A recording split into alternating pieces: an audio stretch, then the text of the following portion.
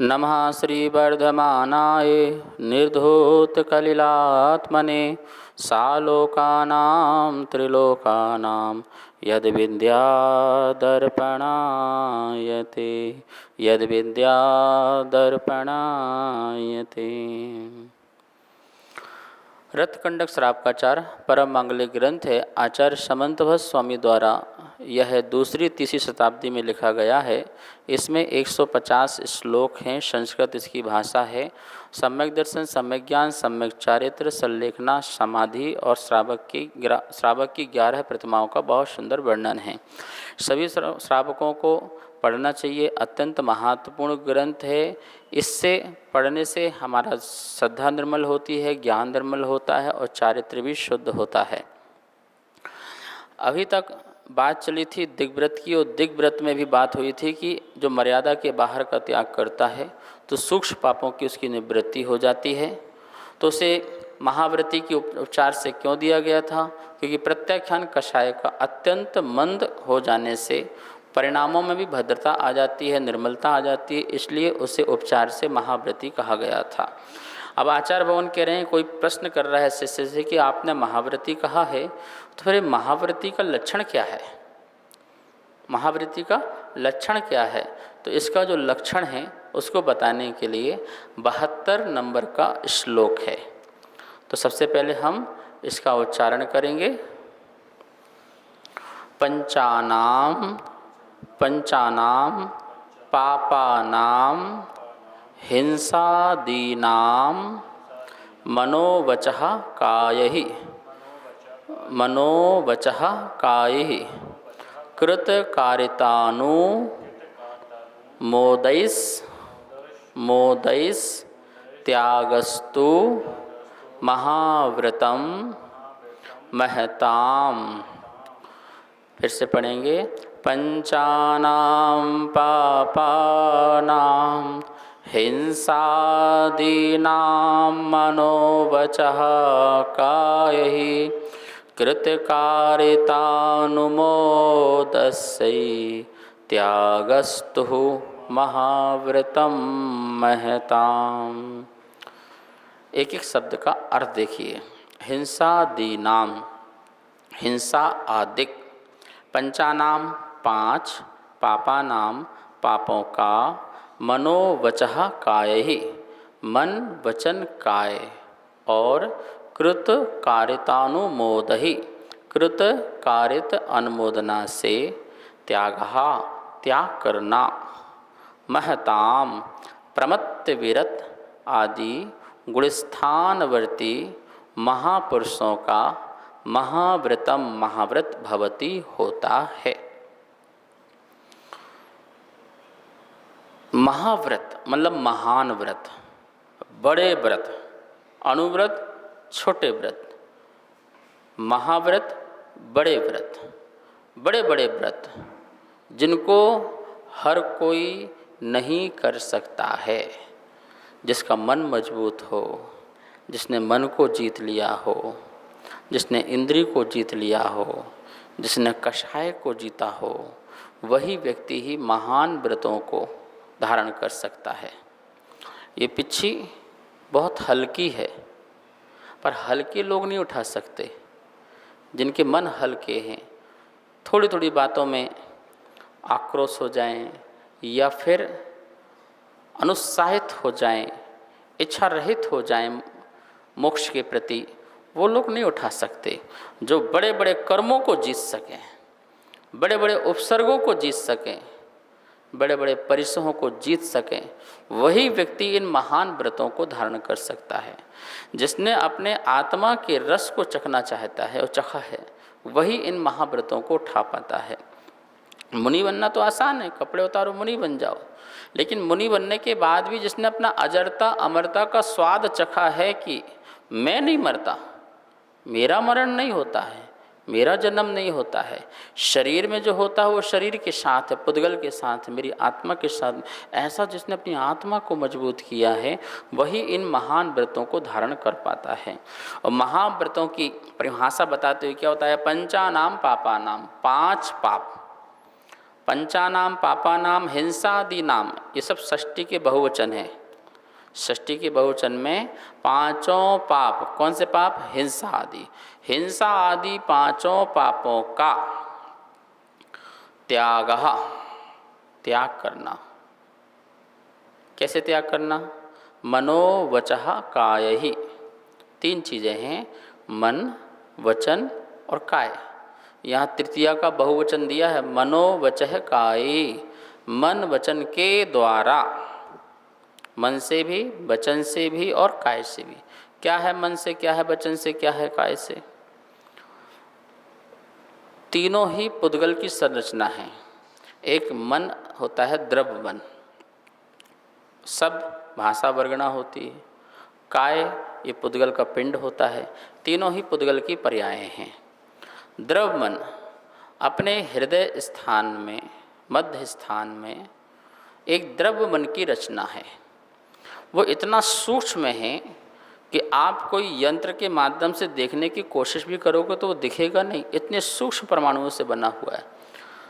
लेकिन जो भी हम सोचते हैं, आत्मा जो भी चिंतन मंथन करती है, तो उसके लिए द्रव्य मन की आवश्यकता पड़ती है। जैसे अपन को देखना है तो आइस की आवश्यकता पड़ती है, आँख की आवश्यकता पड़ती है, तो हम बाहर की वस्तु देख पाते हैं। जिसकी ये द्रव्य आँख खराब है तो व्यक्ति नहीं देख पाता, चश्मा कितना लगा लेना, नहीं देख पाएगा। तो ऐसे ही हमें जो भी चिंतन मंथन मनन करना है तो एक उसकी आवश्यकता पड़ती है, बिल्कुल आवश्यकता पड़ती है, ठीक है ना। जैसे मोबाइल है, अब मोबाइल में चिप ना हो तो मोबाइल क्या है? डब्बा है, उस कुछ काम का नहीं है। तो ये मोबाइल शरीर है, आँख नाक कान है, मन है, समझ लो। और वो जो चिप है वो अपनी आपकी आत्मा है। उस आत्मा में जानने देखने की शक्ति है, लेकिन उस चिप की एक कमी है कि वो डायरेक्ट काम नहीं कर सकती है। उसके लिए शरीर की ज़रूरत पड़ती है। संसार दशा में, संसार अवस्था में, सुनने में, सूंघने में, देखने में, चखने में और जानने में, इस सब की तो मन, द्रव्य मन की भी आवश्यकता पड़ती है। जो वचन है उनकी आवश्यकता पड़ती है, भाषा वर्गणा की। भाषा वर्गणा ना हो तो बोल नहीं सकते। और काय की आवश्यकता पड़ती है, शरीर की भी। तो ये मन वचन काय, इन तीनों से जो पाप को छोड़ता है, मतलब मन के निमित्त से होने वाला जो चिंतन पाप संबंधी, उसको भी छोड़ता है।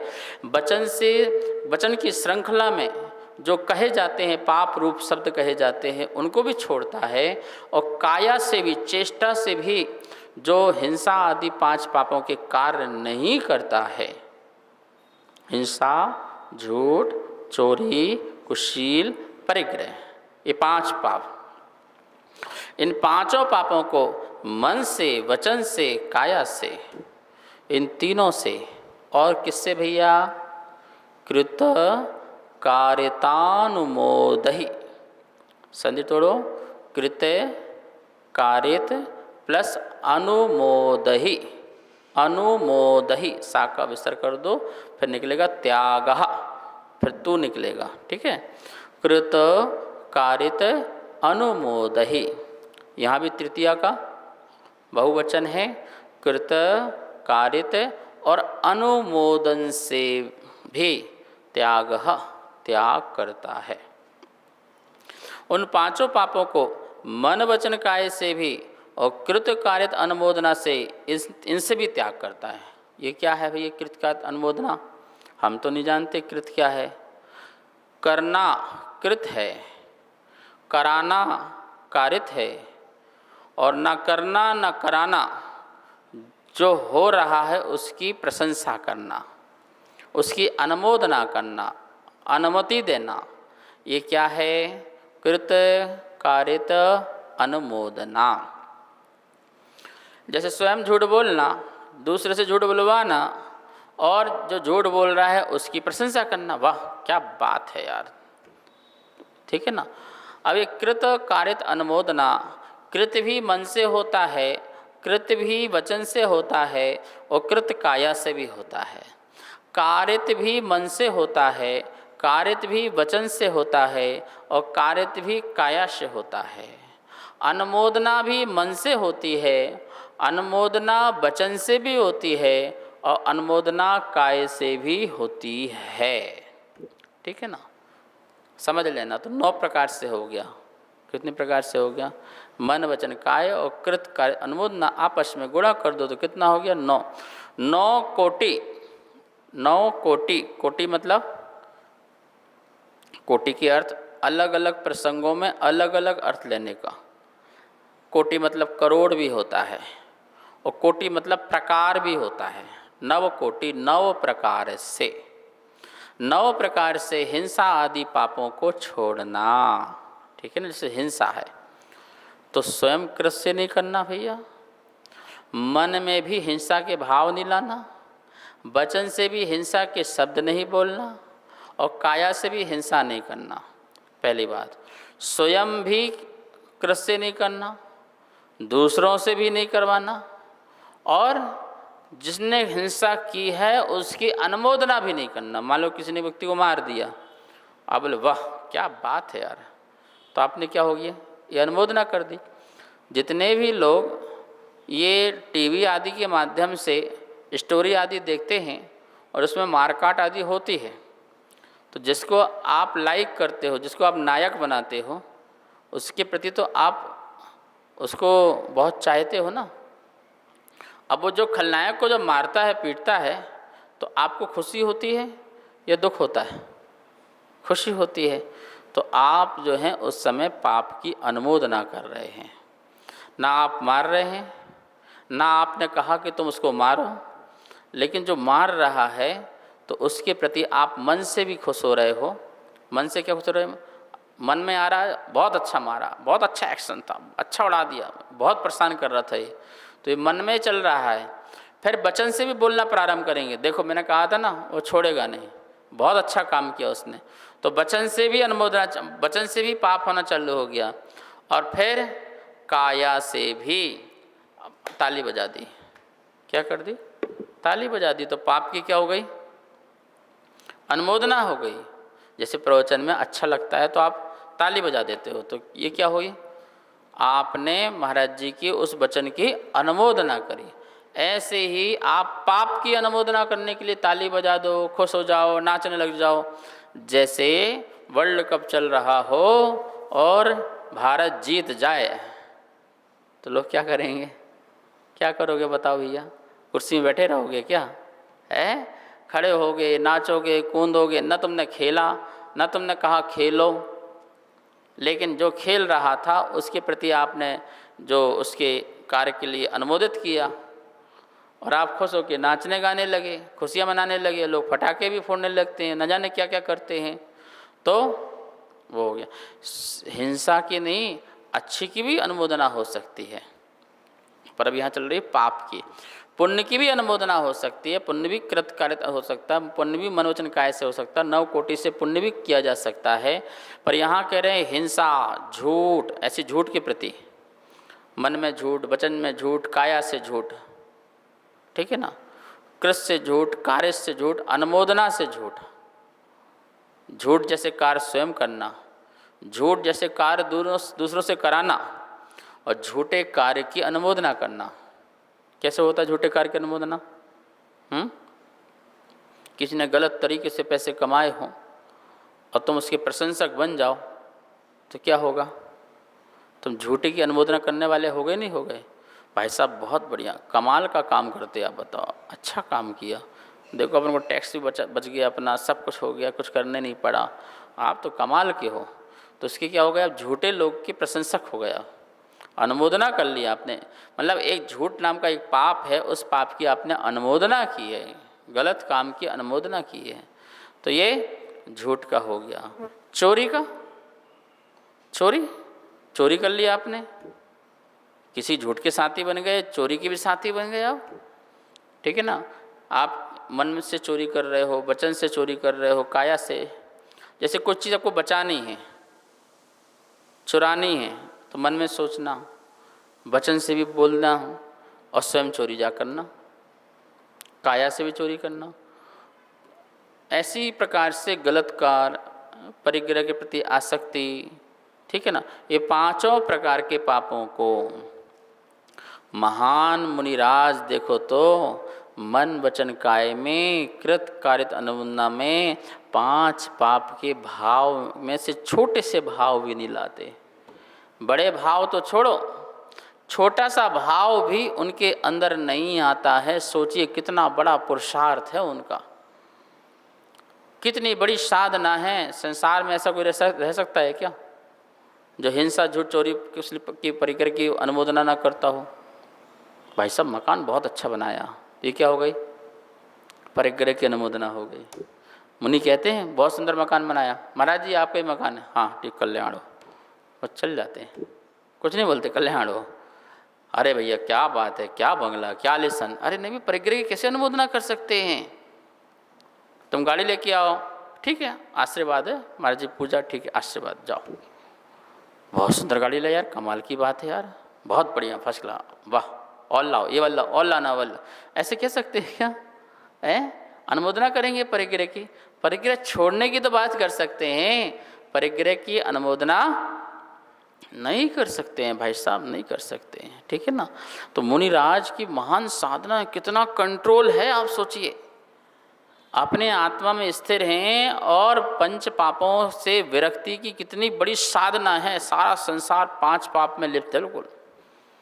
यदि ये 5 पाप पूरे विश्व को बता दिए जाएं कि ये नहीं करना है तो सारे गलत काम सब खत्म हो जाएंगे दुनिया से, सभी स्वर्ग में रहने लग जाएंगे, किसी और स्वर्ग की जाने की जरूरत नहीं पड़ेगी।